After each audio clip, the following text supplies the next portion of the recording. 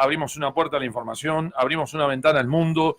Bueno, y la verdad que es un lujo. Le quiero agradecer a María Fernanda Díaz, que fue la que nos posibilitó el contacto. Así es. Para recibir al próximo entrevistado. Está del otro lado de la línea nada más ni nada menos que el señor Marcelo Ramal, que es economista, dirigente nacional del Partido Obrero y también se desempeña como docente de las Universidades Nacionales de Buenos Aires y de Quilmes. Marcelo Ramal, ¿cómo te va? Buen sábado para vos. Marcelo Rojas te saluda. ¿Cómo estás? ¿Qué tal? Un gusto. ¿Cómo les va? Bueno, muchas gracias por estos minutos.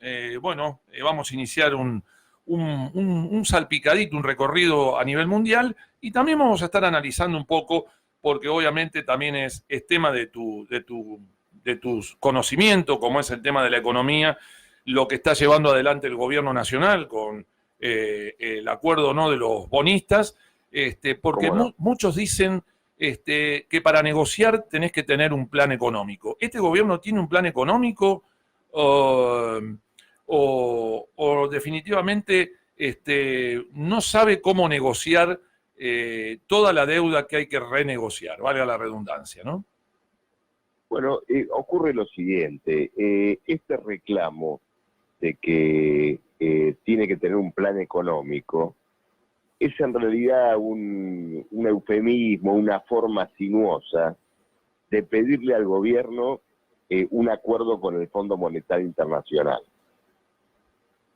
Es decir, ustedes saben que el FMI, además de ser un acreedor de la Argentina, Argentina le debe 44.000 millones de dólares por el préstamo que le dio bajo el gobierno de Macri, además actúa como auditor del sistema internacional de deuda. Entonces, este reclamo de que Argentina tenga un plan económico es que en definitiva le presente al Fondo Monetario cuál sería el camino para efectivamente hacerse cargo de la enorme deuda pública que acumula la Argentina. Este es el punto. Es decir, es una forma de plantearle al gobierno, díganos cómo nos van a pagar. Este es el sentido. Bueno, y efectivamente el gobierno todavía no lo ha presentado porque las condiciones de pago de esta deuda externa virtualmente no existen. O existen en términos que los acreedores ya no la aceptan. Claro. Los incidentes que tuvimos en las últimas semanas, el bono de la provincia de Buenos Aires, que el gobernador Kicillof quiso correr para más adelante, esto no fue aceptado. El otro bono dual de 1.680 millones de dólares, que en este caso el gobierno nacional intentó reperfilar, bueno, lo hizo efectivamente, a diferencia del gobernador que pagó, pero lo hizo a contramano de la voluntad de los acreedores. Y esto ha generado inclusive una caída general de los bonos de la Argentina en los últimos días. Pero volviendo a su pregunta, lo que se presenta como un pedido de plan económico no es otra cosa que el gobierno diga cómo va a ajustar salud, educación, jubilaciones para afrontar el pago de la deuda. ¿Cuál es el panorama de los próximos meses, Marcelo? Digo, ¿estamos mal? ¿Podemos estar peor aún? ¿O la esperanza es lo último que se pierde? Bueno, ocurre lo siguiente. El gobierno probablemente ya descartó la variante que en algún momento habrá estado en discusión en algunos de sus sectores, de buscar alguna reactivación más o menos inmediata por la vía de emitir moneda para dar algunos aumentos salariales, activar la obra pública, etcétera. En realidad, lo que puso en marcha el ministro Guzmán es un ajuste. Esto se ve, por ejemplo, ya que lo mencioné, en el hecho de que se metió un torniquete muy fuerte a los planes de obra pública y en el día de ayer, con este plan de aumentos jubilatorios, donde a cambio de un aumento ínfimo a los que cobran la jubilación mínima, se le va a dar un aumento inferior a la inflación a todos los que estén por arriba de 17.000 pesos por mes. Es decir, que estos planteos de ajuste no van a conducir a una reactivación económica. Ya. Y en este sentido, los próximos meses probablemente continúen con una economía fuertemente deprimida. La apuesta del gobierno, ¿cuál es? Bueno, el gobierno está apostando a que después de un eventual acuerdo con los acreedores vengan inversores, ¿no es cierto? Es decir, que se produzca un mecanismo de financiamiento internacional, ¿no es cierto? Y que por esa vía, digamos, que la reactivación venga por el lado de la inversión externa después de un acuerdo con los acreedores. Ahora, esto está condicionado, en primer lugar, al acuerdo con los acreedores, que sigue muy incierto. Y en segundo lugar, si uno lo piensa bien, esta expectativa al financiamiento externo fue la misma que tuvo Mauricio Macri en el 2016. Y no funcionó por diversos factores internos, pero también por el cuadro general de la economía internacional. Claro, la recesión. Que no está en un momento, ¿no es cierto?, de progreso de inversiones internacionales, sino más bien de furiosa guerra comercial, de sobrecapacidad, capacidad ociosa, actividades que declinan en su rentabilidad. Entonces, la mejor de todas las variantes de esto que se está pensando, que es llegar a traer financiamiento externo, bueno, es tan incierta como lo fue con Macri y como lo es en general en el cuadro actual de la economía mundial. No, Marcelo, bueno, Fabián Macitelo te saluda. ¿Qué pasaría con esta recesión y esta falta de inversión? Porque no solamente el gobierno de Macri, gobiernos anteriores, siempre esperamos las inversiones de capitales extranjeros. Y la inversión siempre estuvo en el sector primario de la producción. Nunca hubo un desarrollo industrial serio, como puede ser Alemania, Japón o Estados Unidos. ¿Vos crees que esto, va a redundar en perjuicio de los trabajadores porque van a necesitar más flexibilización laboral para estas inversiones? Bueno, y a ver, volviendo a tu primera pregunta, sí, cuando se habla del famoso plan económico creíble o consistente, bueno, una de las llaves de ese plan económico, en la exigencia del FMI, es la aplicación de una nueva reforma laboral en la Argentina. Es decir, este punto se está colocando como una fuerte presión. Yo te diría que esta semana, en materia de presiones, ocurrieron dos cosas muy importantes. Una tiene que ver con, efectivamente, esta caída de los bonos de la deuda argentina, después de que el gobierno decidió reperfilar un bono, y en el día de hoy el anuncio de que el dueño de la empresa Mercado Libre lleva adelante el acto simbólico de irse a vivir a otro país. Claro. Que creo que el sentido que tiene es, bueno, me voy de la Argentina y vuelvo el día que haya una reforma laboral, como la que pretendo que haya, ¿no es cierto? Esta exigencia está muy claramente planteada, y como ya ha ocurrido en la Argentina, en general ha ocurrido en el mundo, servirá para bajar el costo del despido de trabajadores, pero no para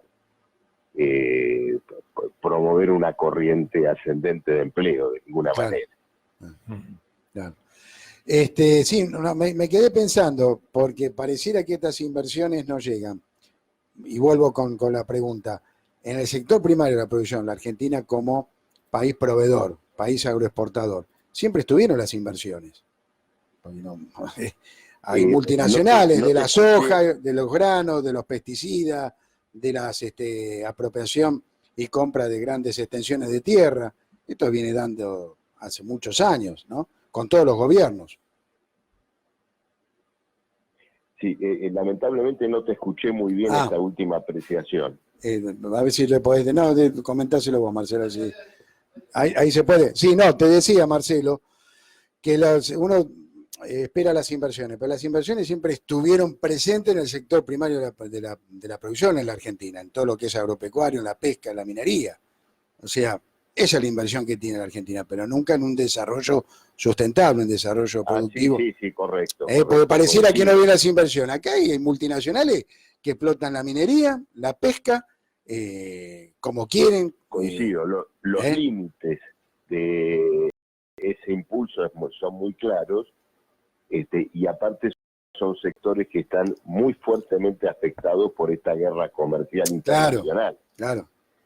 Por ejemplo, está muy claro que Vaca Muerta hoy está paralizada, y esto no se debe simplemente a que los empresarios petroleros reclamen más incentivos para operar en Vaca Muerta, sino que hay una caída de los precios y una sobrecapacidad en todo lo que tiene que ver con la producción de hidrocarburos no convencionales, en primer lugar en los Estados Unidos, donde ya se están registrando cierres de las empresas más pequeñas. Y todo esto influye indudablemente en lo que está ocurriendo hoy, por ejemplo, en Neuquén. Claro. Marcelo, ¿qué pasaría, vamos a un terreno fáctico, ¿no? Un terreno alternativo. Supongamos que el gobierno no le puede encontrar la vuelta a la renegociación con los bonistas y decide no pagar. ¿Qué pasaría? ¿Cuál sería la situación? Bueno, ocurre lo siguiente. Esa variante no se puede excluir. Lo que entiendo que si ocurre eso, pensando en el horizonte estratégico del gobierno, es decir, en su orientación social y política, pensando en lo que fue el kirchnerismo cuando gobernó, y las historias que de alguna manera involucran a todos los gobiernos que ha tenido la Argentina en las últimas décadas, es una variante que no se puede descartar, pero bajo la actual orientación social y política, ese default seguramente sería un episodio de una política de subordinación al capital financiero internacional. Efectivamente, la Argentina no puede pagar la deuda. El pago de esa deuda es incompatible con cualquier forma de desarrollo económico. Ahora, una cosa es una cesación de pagos pensada como un episodio para retomar esta sujeción financiera sobre la base de una refinanciación a largo plazo, un canje como el del 2005, etcétera, que nos va a llevar a una nueva situación como la de hoy. Y otra cosa es pensar una cesación de pagos como punto de vista de una reorganización económica y social de otro alcance, mucho más amplio, que evidentemente exige un gobierno con otra orientación estratégica, es decir, un gobierno que responda a la mayoría trabajadora, no simplemente desde el punto de vista de quién lo votó, sino de los intereses que realmente defiende. Sí, pero entonces, ese es el punto. La situación de una cesación de pago no se puede descartar. A ver, el default del 2001 eso iba ahí, sí, fue concertado con el Fondo Monetario Internacional. Argentina ya no podía pagar, entonces dijeron, bueno, muy bien, vamos a armar una especie de convocatoria de acreedores que va a durar varios años. Ahí el FMI exigió ser el primero en cobrar.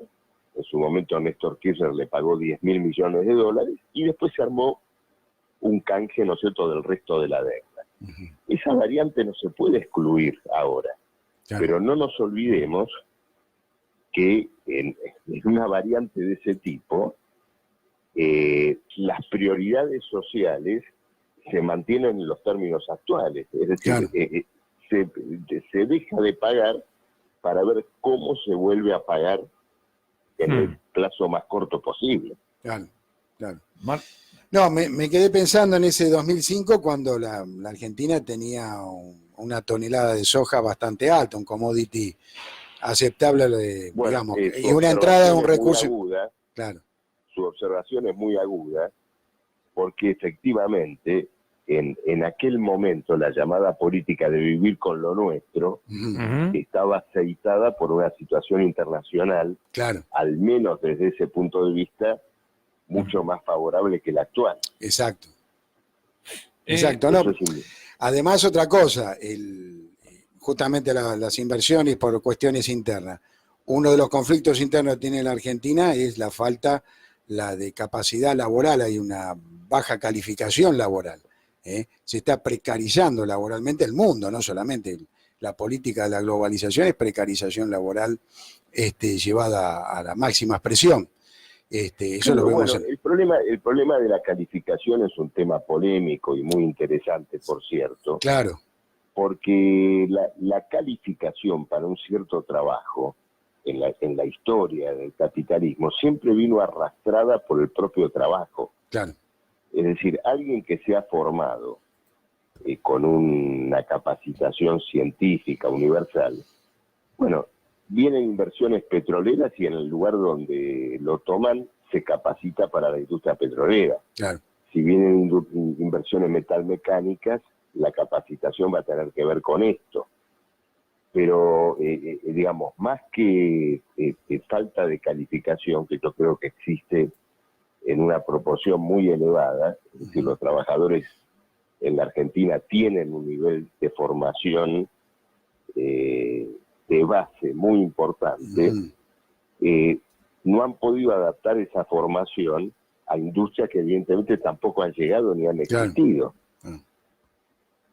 En medio de un enorme vaciamiento industrial, tecnológico y demás. Ya, además un vaciamiento, yo en esto por ahí no estoy de acuerdo en el sistema, hay un vaciamiento educacional acá, en este país, distinto a Japón o Alemania, que preparan mejor a las jóvenes generaciones para ser absorbidas a los nuevos desafíos laborales de las nuevas tecnologías. Yo creo que la Argentina no lo tiene, estamos cada vez más rezagados en ese tema. Es un tema ese que realmente da lugar a una discusión. Sí, no, por supuesto, en otro momento. No hay que confundir la formación educativa universal científica con la adaptación más o menos inmediata a la necesidad laboral del momento.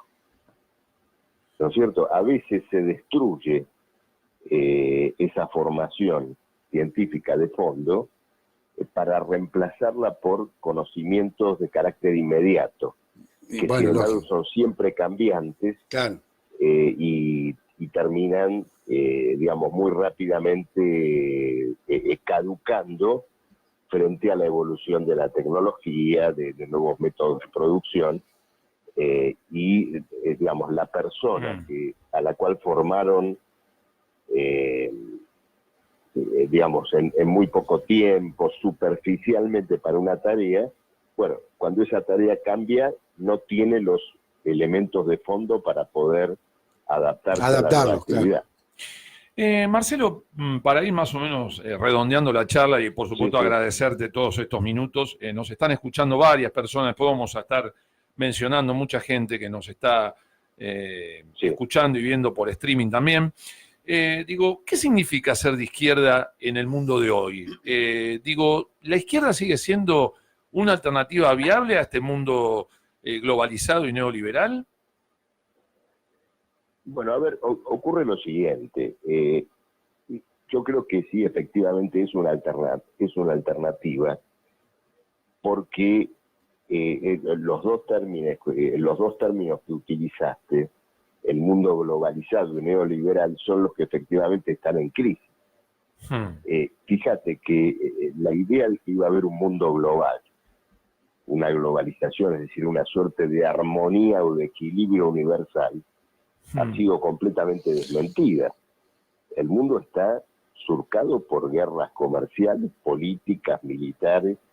Las grandes potencias están en un cuadro hoy de choque casi permanente. Bueno, y estos enfrentamientos indudablemente están relacionados con las contradicciones de la organización social que los alimenta, que es el capitalismo. Hay demasiada producción en el mundo para vender y bolsillos demasiado flacos del otro lado para absorber esa producción. Claro. Entonces, eso agudiza los antagonismos, y en un periodo histórico de esa característica, como ya ha ocurrido en otros momentos de nuestra era, bueno, los trabajadores más temprano que tarde van a hacer escuchar su voz, para que esto que no funciona así se organice socialmente de acuerdo a los intereses de los que viven de su trabajo y sobre principios diferentes. Marcelo, ¿por qué dos modelos totalmente opuestos fracasaron? Se habló mucho del milagro boliviano y del modelo chileno. Siendo tan diametralmente opuestos, fracasaron los dos. ¿Por qué? Bueno, ocurre lo siguiente. No se pueden colocar indudablemente en el mismo plano. Pero yo te diría lo siguiente. Lo de Chile, bueno, fue, digamos, la aplicación más brutal de las tendencias del capitalismo contemporáneo, ¿no es cierto? Flujos de capital financiero, precarización laboral, desindicalización, privatización de la educación. Bueno, todo eso condujo a una revolución, a una rebelión popular. En el caso de, como señalaste, Bolivia. Bueno, en el caso de Bolivia, bueno, tuvimos un movimiento nacionalista y con base campesina muy importante que buscó conciliar, arbitrar, hacer equilibrio entre esos intereses campesinos, de los pueblos originarios, de sectores que efectivamente estaban muy postergados, también con una penetración económica importante del capital internacional. Entonces, ¿qué ocurre? Esto en un momento ofreció sus límites, es decir, lo que se puso en tela de juicio es un gobierno que siguiera haciendo equilibrio entre estos intereses. Digamos, el capital internacional quiere en Bolivia a sus emisarios directos, y esto ha dado lugar a un golpe militar, indudable, a una enorme crisis política. No lo pongo en el mismo plano porque, digamos, de las convulsiones chilenas me hago cargo como socialista, como militante del Partido Obrero, digamos, es decir, como reacción de la juventud de los trabajadores de Chile contra ese régimen. Las convulsiones bolivianas son el resultado de una acción golpista que repudio bajo todo punto de vista. Pero digo, si Evo Morales, como lo reconoció tardíamente, no se hubiera presentado en un cuarto mandato, ¿hubiera explotado igual la crisis en Bolivia? Bueno, eso es hacer, digamos, especulaciones. No me gusta esa especulación, inclusive viniendo del ex oficialismo boliviano, porque es una forma sinuosa de justificar un golpe militar.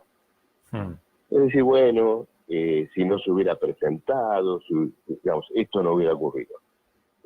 Acá hubo un episodio gravísimo y sangriento. Las condiciones que llevaron eso, yo diría, o los argumentos en los cuales esto se buscó justificar, bueno, alguien puede discutirlos. Es como si dijéramos mañana que, hablando del golpe de Videla, si Perón no hubiera llevado a su esposa Isabel Perón de vice, el golpe no se hubiera producido. No lo sé, no tengo la menor idea, digamos, o no sé qué, pero ya escuché gente, digamos, que asoció las cosas de esta manera. Claro. El golpe no tenía que ver con el matrimonio Perón, sino con el intento de derrotar a los trabajadores, como efectivamente después se vio.